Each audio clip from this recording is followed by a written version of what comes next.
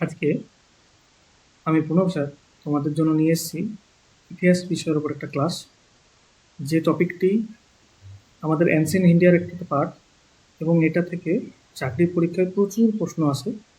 ওই জন্য এই টপিকটা খুব গুরুত্বপূর্ণ। এই টপিকটা খুব মন দিয়ে পড়বে এবং এই টপিকটা আমরা এখানে ক্লাস আলোচনা করব, এবং তার সঙ্গে আরও এই টপিক রিলেটেড যে জিনিসগুলো আছে সেগুলো আমরা এখানে আলোচনা করব। তো ক্লাসটা খুব মনোযোগ সহকারে দেখবে, কারণ এটা তোমাদের পরীক্ষার ক্ষেত্রে কিন্তু খুব গুরুত্বপূর্ণ হবে। সবাইকে বলবো ক্লাসটা অবশ্যই মনোযোগ করে দেখো, আর চ্যানেলটিতে নতুন হলে সবাই চ্যানেলটিকে সাবস্ক্রাইব করে দেবে। আমাদের হলো ক্লাসটা স্টার্ট করি।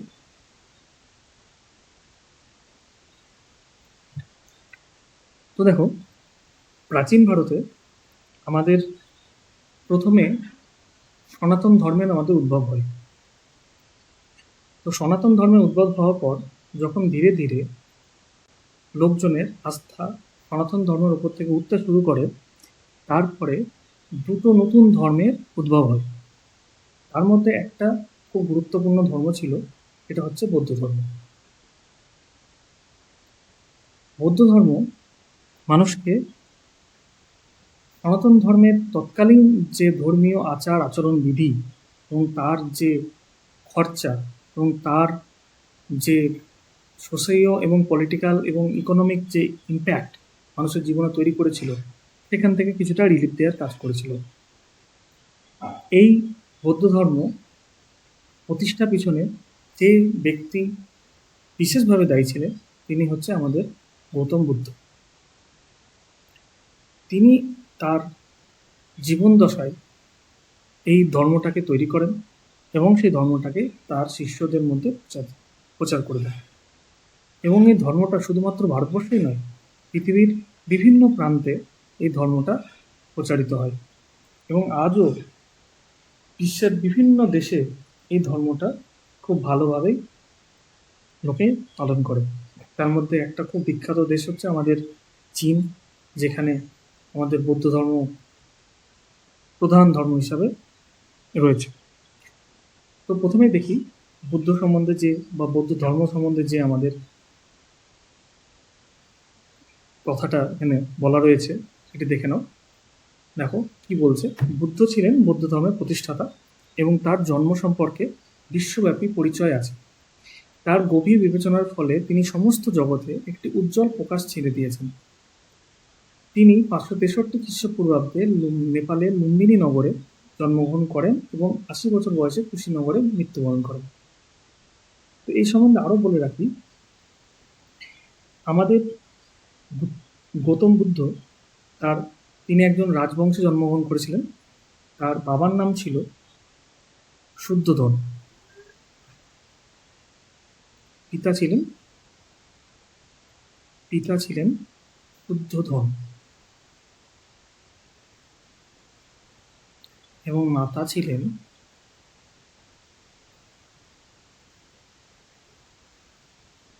মহামায়া। এই মহামায়া ছিলেন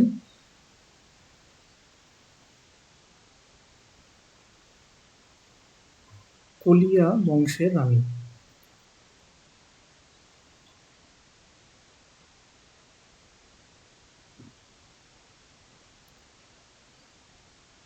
তো গৌতম বুদ্ধের জন্মের খুব অল্প দিনের মধ্যেই তার মাতা মহামায়া দেবী মারা যান এবং তিনি লালিত পালিত হন গৌতমীর কাছে।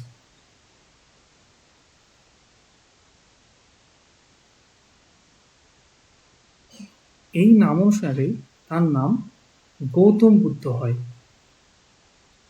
যদিও তিনি তার জীবনের প্রথম দিকটায় বেশ ভালোভাবে এবং একটি রাজবংশে জন্মগ্রহণ করার ফলে তার আরামে এবং আয়েসে তার জীবনটা কাটে, কিন্তু কিছু কিছু সময়ে কিছু কিছু প্রশ্ন তার মনে আসতে শুরু করে এবং তিনি তার এই প্রশ্নগুলো উত্তর পাওয়ার জন্য তিনি তার রাজপ্রাসাদ এবং তার যে রাজ পরিবার তিনি ত্যাগ করেন এবং তারপরে তিনি 29 বছর বয়সে তিনি মহাভিনিষ্ক্রমণ করেন বা গৃহ ত্যাগ করেন।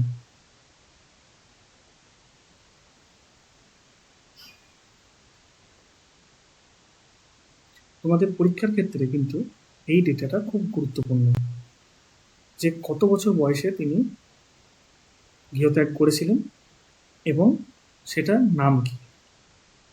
এরপর তিনি নির্বাণ লাভ করেন। নির্বাণ লাভ করেন মানে হচ্ছে তিনি তপস্যা সহকারে জ্ঞান অর্জন করেন।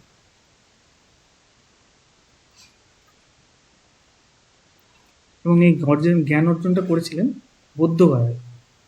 তিনি পিপল গাছের নিচে বসে ধ্যান করে নির্বাণ লাভ করেছিলেন। এবার আমরা দেখে নেব বৌদ্ধ ধর্মের কিছু মূল নীতি। তো এই বুদ্ধ ধর্মের কিছু মূল নীতি হলো যে জীবন দুঃখময়, মানে আমাদের জীবন ও জগতের মধ্যে দুঃখ পরিপূর্ণ রয়েছে। এছাড়া কামনা হলো দুঃখের কারণ, মানে হচ্ছে আমাদের মনের মধ্যে যে চাহিদাগুলো রয়েছে সেটাই হচ্ছে দুঃখের প্রধান কারণ। এবং নির্বাণ অর্জনের মাধ্যমে আমরা এই দুঃখ থেকে মুক্তি লাভ করতে পারি। এর জন্য তিনি 8টা পথ তার শিষ্যদেরকে বলে দিয়েছিলেন, যেটা অষ্টাঙ্গিক মার্গ নামে পরিচিত, বা ইংরেজিতে এটাকে 8-fold পাথ বলে।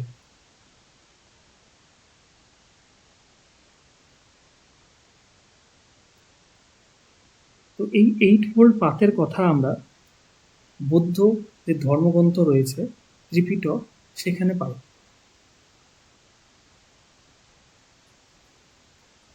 ত্রিপিটকের মধ্যে আমরা এই অষ্টাঙ্গিক মার্গের কথা জানতে পারি। এরপর আমরা যে গুরুত্বপূর্ণ বৌদ্ধ সাহিত্যগুলো আছে সেই সাহিত্যগুলো সম্বন্ধে জেনে নিই। প্রধানত ধরনের বা দুটি ভাষায় সাহিত্যগুলো লেখা হয়েছে। একটা হচ্ছে পালি সাহিত্য, একটা হচ্ছে সংস্কৃত, মানে হচ্ছে দুই ভাষায় লেখা বৌদ্ধ সাহিত্য। তার মধ্যে দেখে নিস পালি সাহিত্য কোনগুলো। পালি সাহিত্যর মধ্যে রয়েছে মিলিন্দাপানু, দীপবংশ, মহাবংশ। এই দীপবংশ মহাবংশ হলো শ্রীলঙ্কার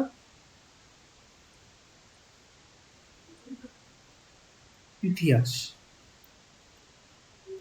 মানে এই দীপবংশ এবং মহাবংশের মধ্যে শ্রীলঙ্কার ইতিহাস কথা পুরোপুরিভাবে লেখা আছে।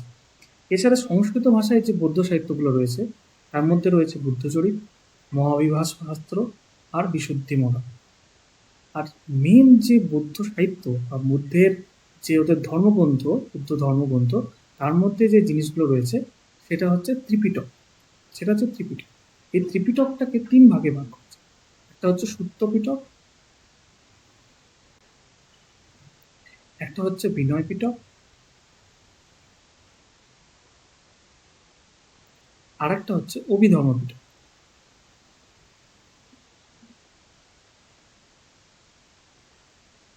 এই সুত্ত পিটকের মধ্যে যে জিনিসটা রয়েছে সেটা হচ্ছে বুদ্ধের বাণী। বুদ্ধের বাণীটা রয়েছে সুত্ত পিটকের মধ্যে। বিনয় পিটকের মধ্যে রয়েছে সন্ন্যাসীদের আচরণ বিধি। বৌদ্ধ সন্ন্যাসীদের কিভাবে আচরণ করতে হবে সেটা রয়েছে বুদ্ধ বিনয় পিটক। এবং তার যে ধর্মীয় বক্তৃতা, তার যে সংকলন এবং বিভিন্ন অমানবিক বা অজাগতিক জিনিসের যে বিবরণ, সেটা রয়েছে অভিধর্ম পিটক। এবার আমরা দেখে নেব বৌদ্ধ ধর্মের প্রধান সম্প্রদায় কোনগুলো। আমরা সবাই জানি বৌদ্ধ ধর্মের প্রধানত 3টে সম্প্রদায়। একটা হচ্ছে হিনজান, একটা হচ্ছে মহাযান, আর একটা হচ্ছে বজ্রযান। হিনজানের মূল শিক্ষা ছিল, তারা ছিল পালি ভাষায় ধর্ম শিক্ষা নিত। এবং মহাযানদের মধ্যে যে প্রধান ব্যাপারটা ছিল সেটা হচ্ছে তারা সংস্কৃত ভাষায় শিক্ষা নিত। এবং এরা কোনো সময় মূর্তি পূজা, হিনজানরা কোনোদিনই মূর্তি পূজা করতো না, বুদ্ধদেবের পুজো করতেন।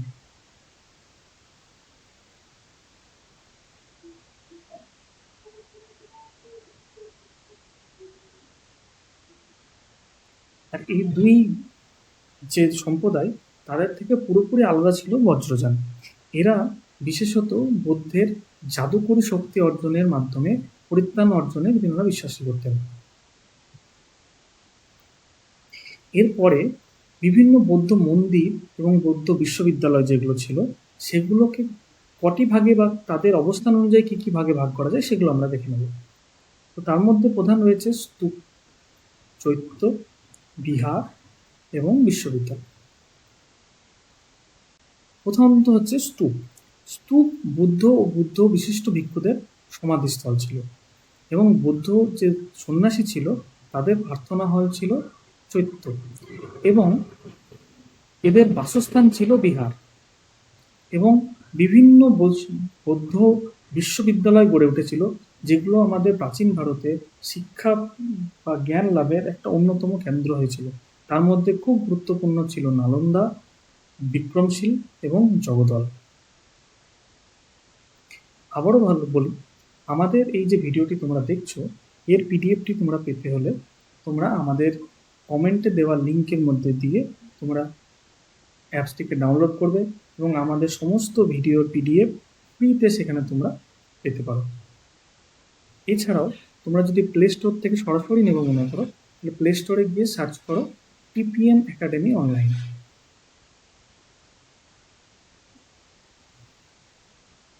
এখানে গিয়ে তোমরা অ্যাপটার অ্যাক্সেস পেতে পারো।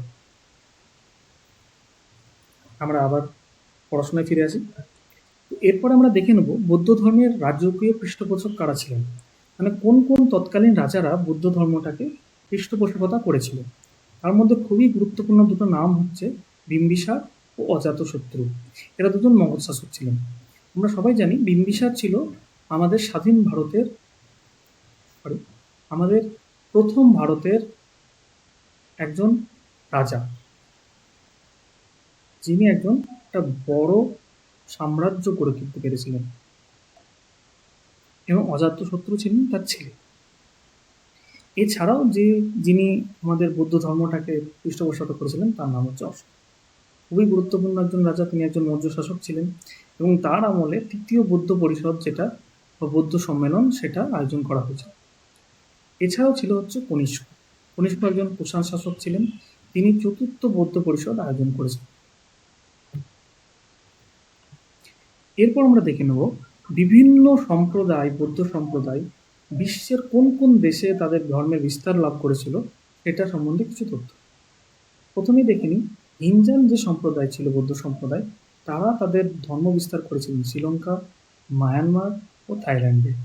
এছাড়া মহাযান যে সম্প্রদায়, তারা প্রধানত তাদেরকে দেখা যায় চীনে, কোরিয়া ও জাপান, এবং বজ্রযান যে বৌদ্ধ সম্প্রদায়, সেগুলো দেখা যায় বাংলা আর বিহার। এরপর আমরা খুব গুরুত্বপূর্ণ একটা জায়গা দেখব, সেটা হচ্ছে বৌদ্ধ পরিষদ। মানে আমাদের সবার জানা যে 4টি বৌদ্ধ পরিষদ অর্গানাইজ হয়েছিল প্রাচীন ভারতে, এবং 4টি কোন সালে এবং কোথায় সেগুলো অনুষ্ঠিত হয়েছিল সেটা খুবই গুরুত্বপূর্ণ, এবং তার রাজকীয় পৃষ্ঠপোষকতা কে করেছিলেন। তো প্রথম বৌদ্ধ পরিষদটা আমরা দেখে নিই। প্রথম বৌদ্ধ পরিষদ অনুষ্ঠিত হয় 483 সালে, অবশ্যই বিসি, মানে হচ্ছে বিফোর ক্রাইস্ট, এবং তার স্থান ছিল হচ্ছে রাজগীর। সভাপতি ছিলেন মহাকর্ষক, এবং তার রাজকীয় পৃষ্ঠপোষক ছিলেন অজাতশত্রু, যিনি হর্যঙ্ক বংশের রাজা। দ্বিতীয় বৌদ্ধ সংগীতিটা হয়েছিল 383 বিসিতে। তার স্থান ছিল বৈশালী, এবং তার সভাপতি ছিল সাবাকাম, এবং এটি কালাশক অর্থাৎ শিশুনাগ রাজবংশের রাজার আমলে এটি সংগঠিত হয়। এরপর আমরা দেখে নেব তৃতীয় বৌদ্ধ পরিষদ, যেটা 250 বিসিতে হয়েছিল, যেটির স্থান ছিল পাটলিপুত্র, সভাপতি ছিলেন মাগলিপুত্র তিস্সা, এবং এটি অশোকের আমলে, আমরা সবাই জানি তিনি মৌর্য শাসক ছিলেন, তার আমলে এটি অনুষ্ঠিত হয়। এবং আমাদের চতুর্থ যে বৌদ্ধ পরিষদ, সেটা অনুষ্ঠিত হয় খ্রিস্টপূর্বাব্দে, অর্থাৎ 72 খ্রিস্টপূর্বাব্দে। এটির স্থান ছিল কাশ্মীর, এটার সভাপতি ছিলেন বসুমিত্র, এবং কনিষ্ক এটির পৃষ্ঠপোষকতা করেছিলেন। তোমাদের সবাইকে বলে রাখি, এই বৌদ্ধ পরিষদের যে তালিকা, এটি চাকরি পরীক্ষার ক্ষেত্রে খুবই গুরুত্বপূর্ণ একটা বিষয়, এবং তোমরা দেখবে যে বিগত দিনেও এখান থেকে প্রচুর প্রশ্ন এসেছে। অতএব এই যে বৌদ্ধ পরিষদের তালিকাটা আছে, তোমরা অবশ্যই গুরুত্ব সহকারে পড়বে। এবার আমরা প্রায় শেষ জায়গাটায় চলে এসেছি। শেষে আমরা দেখে নেব যে বিখ্যাত যে বৌদ্ধ বিশ্ববিদ্যালয়গুলো ছিল, সেই বিশ্ববিদ্যালয়গুলো কোথায় আছে এবং তার প্রতিষ্ঠাতাগুলো কে ছিল। তো প্রথমেই দেখে নিই আমাদের সবচেয়ে বিখ্যাত বিশ্ববিদ্যালয় তৎকালীন, সেটা হচ্ছে নালন্দা বিশ্ববিদ্যালয়। এটার স্থান ছিল বাদাগাঁও, বিহার। এটা প্রতিষ্ঠাতা ছিলেন কুমারগুপ্ত। দ্বিতীয়টি হচ্ছে বিক্রমশিলা। এটি আছে ভাগলপুর, যেটি বিহারে অবস্থিত বর্তমানে, এবং এটা প্রতিষ্ঠাতা হচ্ছেন ধর্মপাল। তারপরে হচ্ছে জগদ্দল বিশ্ববিদ্যালয়, যেটি পশ্চিমবঙ্গে অবস্থিত এবং যেটি প্রতিষ্ঠাতা হচ্ছে রামপাল। সবশেষে বলি বল্লভী যে বিশ্ববিদ্যালয়, সেটি বর্তমানে গুজরাটে অবস্থিত এবং এটি প্রতিষ্ঠাতা হচ্ছে সেটা হচ্ছে তিনি একজন মৈত্রক রাজবংশের একজন রাজা। তো আমরা ভিডিওটি প্রায় শেষের দিকে চলে এসেছি। আমরা এখানে যে বৌদ্ধ ধর্মের যে জিনিসটা এখানে আলোচনা করলাম, তোমরা দেখবে বিগত দিনের পরীক্ষায় এই যে টপিকটুকুনা আলোচনা করলাম, এখান থেকে প্রচুর প্রশ্ন আসে এবং এটি খুব গুরুত্বপূর্ণ একটা টপিক। আবারও বলে রাখি, আমাদের টিপিএম একাডেমি অনলাইন ইউটিউবে তোমাদের জিকে, কারেন্ট অ্যাফেয়ার্স, ইংরাজি, বিভিন্ন আলাদা আলাদা টপিকের ওপর ভিডিও নিয়ে আসবে। তোমরা চ্যানেলটিকে সাবস্ক্রাইব করে রাখো এবং চাকরির পরীক্ষার ক্ষেত্রে তোমাদের সবসময় পাশে রয়েছি। তোমরা আমাদেরকে সাপোর্ট করে যাও। নতুন হলে ভিডিওটিকে সাবস্ক্রাইব করে দেবে এবং ভিডিওটি ভালো লাগলে অবশ্যই লাইক করে দেবে এবং শেয়ার করে দেবে। এবং আমাদের এই ভিডিওর যেটা নোটস, সেই নোটটা নিতে হলে আমাদের অ্যাপটিকে ডাউনলোড করে নাও এবং সেই ডাউনলোড করে আমাদের যত ভিডিও আছে তার পিডিএফগুলো ফ্রিতে সেখান থেকে কালেক্ট করে নাও। Thank you.